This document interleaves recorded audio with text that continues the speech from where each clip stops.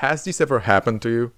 I don't know how to flame this guy anymore, because my life is meaningless without telling a complete stranger on the internet how I feel about him.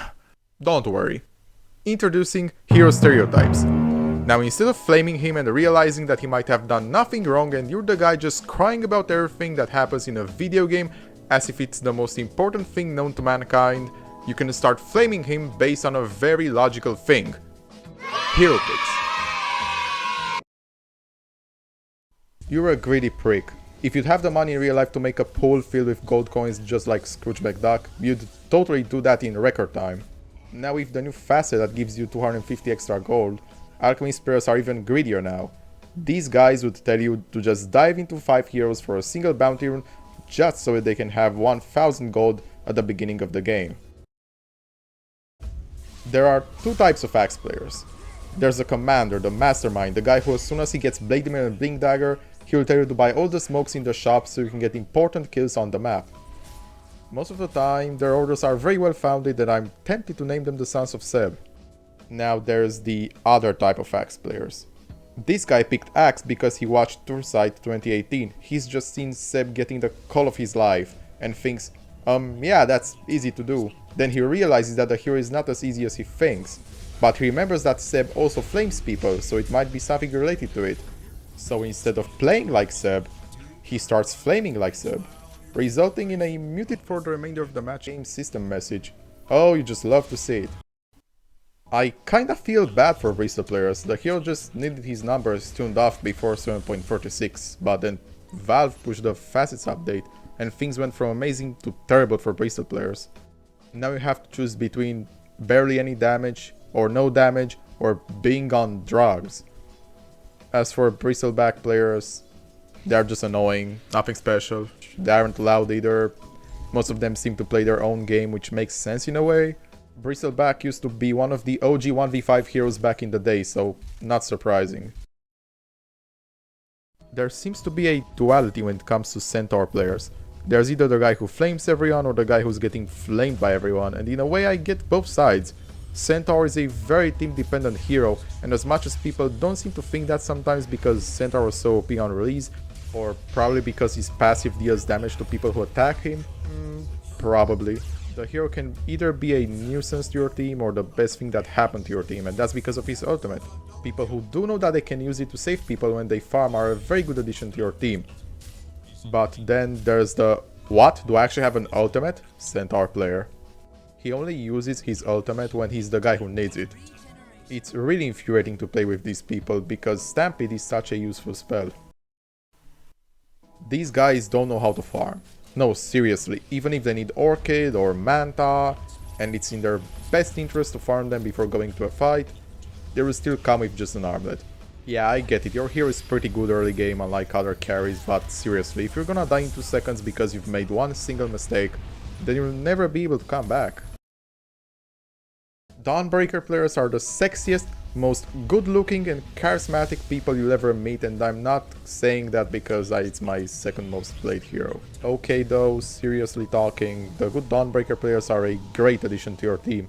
Just don't expect them to use their ultimate for every single stupid thing. Even if the new facet, it's still a big timing ult, and if you're just getting caught randomly because of your stupidity, that doesn't mean they have to use their ultimate. In 90% of cases you'll be dead anyway and you'll just kill a Dawnbreaker too. Instead, tell your team to go for a smoke gank. Find the biggest bastard and kill him. Dawnbreaker's ultimate pierces blacking bar and debuff immunity spells, and this is a huge thing. Doom players are either cowards or crazed man-children who want to go into 5 heroes with no plan whatsoever. Sometimes these stereotypes seem to not have a middle ground between players, which is weird. Most times both sides are wrong, which is kinda funny, especially when it comes to Doom. But to be fair, I can blame the hero's design for that. Doom kinda rewards bold plays sometimes when the hero itself is a gamble. Maybe that's why Doom players use that voice line all the time. I gambled, you lost. Before facets were introduced, DK had one single stereotype. People who were too bored for anything would just play DK because they had nothing better to choose from. But now we have 3 types of DK players.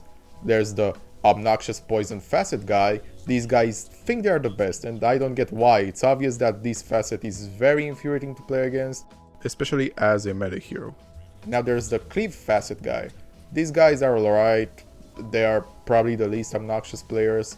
They're just getting a cleave and an AoE attack during dragon form. It's not a big deal, it is good for farming and dealing with illusion heroes, but that's all, to be fair. Now there's the Frost Dragon guy, and I don't know anything about these people. I haven't seen one Frost Dragon player in my pubs. It's not even because it sucks, it's just less useful than the other two because the other two are very useful in their respective scenarios.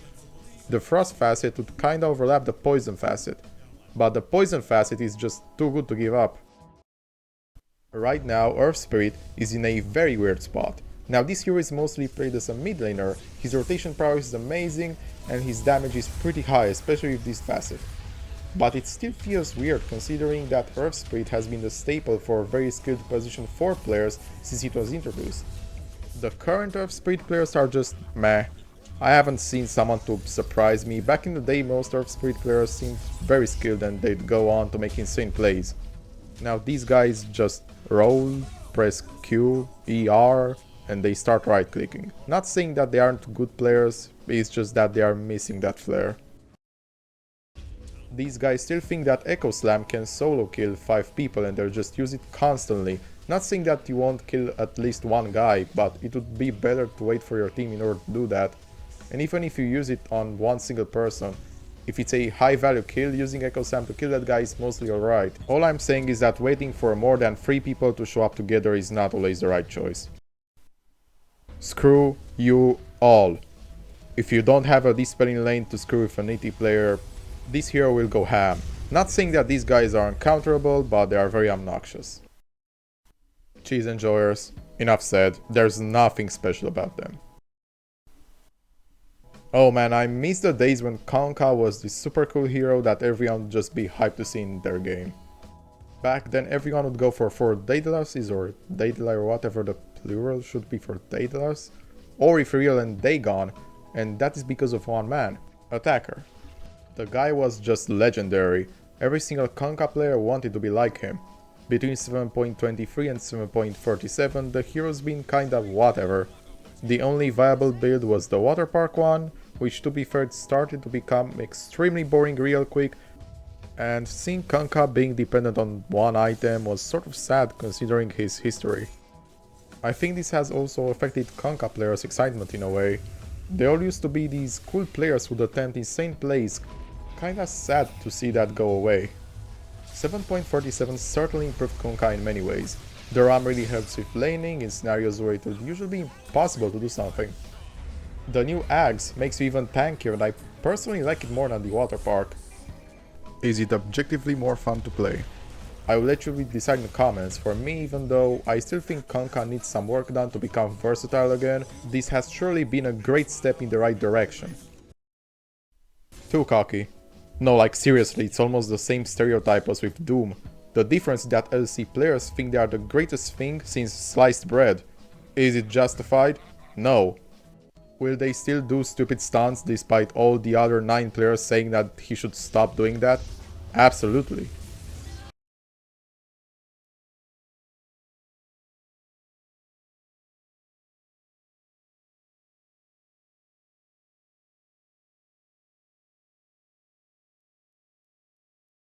So, everything clear? Are you sure this will work? Certainly, after all, I'm the greatest mastermind in Dota history. That's a reach. You're a reach. What? Oh, whatever.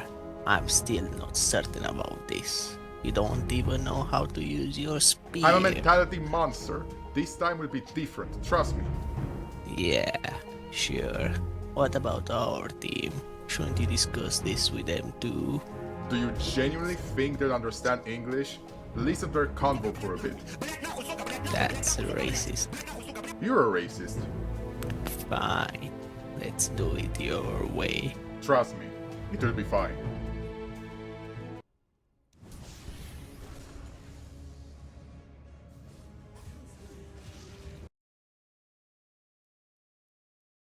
Yeah, I know, the original Morphling is not actually a strength hero, but at the same time I'd like to consider it one, and that's because there's a completely different playstyle and it's almost a completely different hero.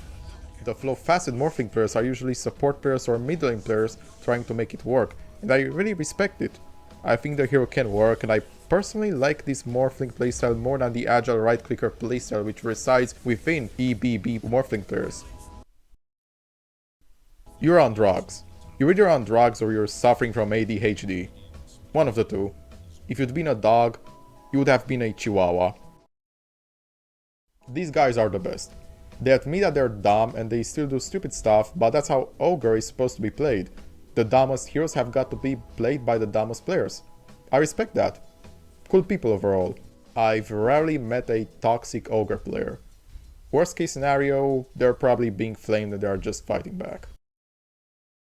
Okay, when I was originally planning to upload this video, I was talking about how this hero has lost his identity, and then he got a bunch of buffs. So I'm going to use this part of the video to rant about how the current meta has arguably been one of the most boring metas I've ever seen. First of all, a big f*** you to all Omniknight, Tinker, Shadow Demon, Ringmaster and Naga Siren players out there. I hope this meta was enough for you, and I cannot wait for 7.38 so all of your heroes can go back to being genuine dog shit. As for Omniknight players, yeah, Omniknight offlane players are actually kinda cool, jumping on people, making risky plays. The problem is that this Omniknight playstyle got a bit nerfed, and now Omniknight support players, yeah, you can all go to hell. No, I don't care if it takes one dispel to take everything off. Seriously, you can all go to hell. You like smashing and going in no matter what.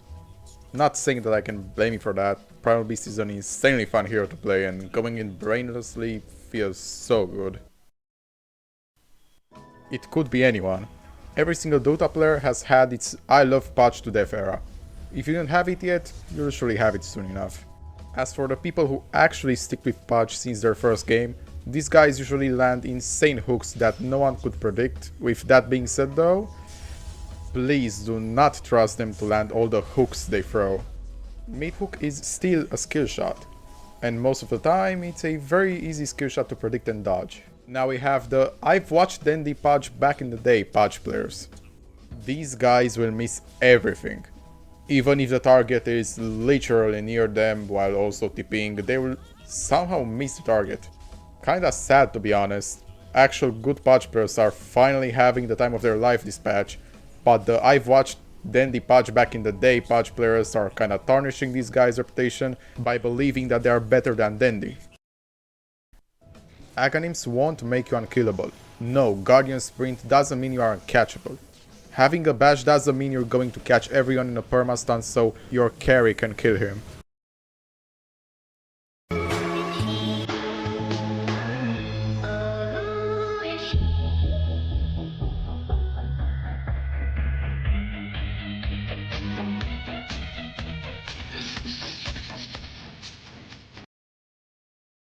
You're bipolar. I wonder why though.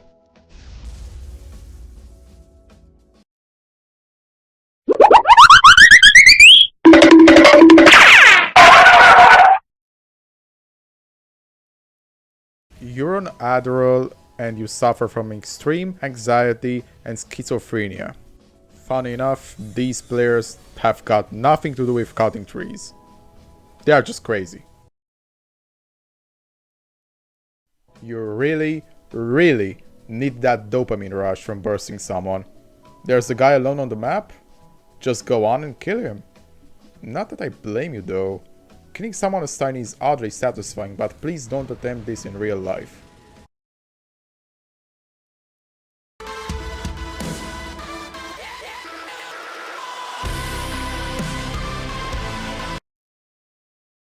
As a former Tusk player myself, please bring back Tusk core. I don't know, Tusk support feels meh sometimes. I remember times when I was either unkillable or I could just one-shot a support. These were cool times. Now Tusk is just a niche melee support. And not saying that this wasn't his identity till now, but it used to be more than just that. Now it's mostly viable as a support. Maybe I'm saying that because I mostly play offlane, but I'm forced to play support in my bracket sometimes because there aren't many support players.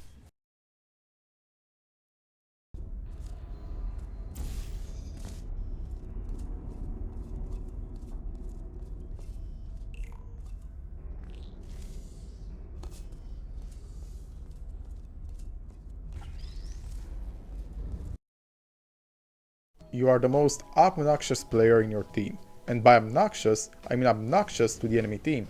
Especially to the enemy offlaner. Oh yeah, you think you're tanky enough to lane? Well yeah, no way, I'm going to suck all your strength out, low, good luck. It ain't impossible to lane against, but that anxiety is still there.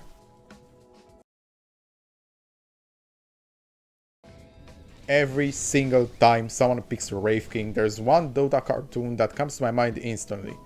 Search for Dota 2 on YouTube, because I'm not sure if I can put that without permission. But since I don't want to let this stereotype go out like this, I'll just say, please, for the love of God, choose your ultimate at level 6. Yes, I understand that your farm slightly slower than usual, but please, you are one of the most vulnerable heroes before your ultimate. You only have a single target stun. You are a pretty slow hero, and if you get ganked 3 times, well, game over. That's all for this video. If this video will get enough views, likes, comments and subscribers, I will start working on this series next episode. As always, I will see you in another video.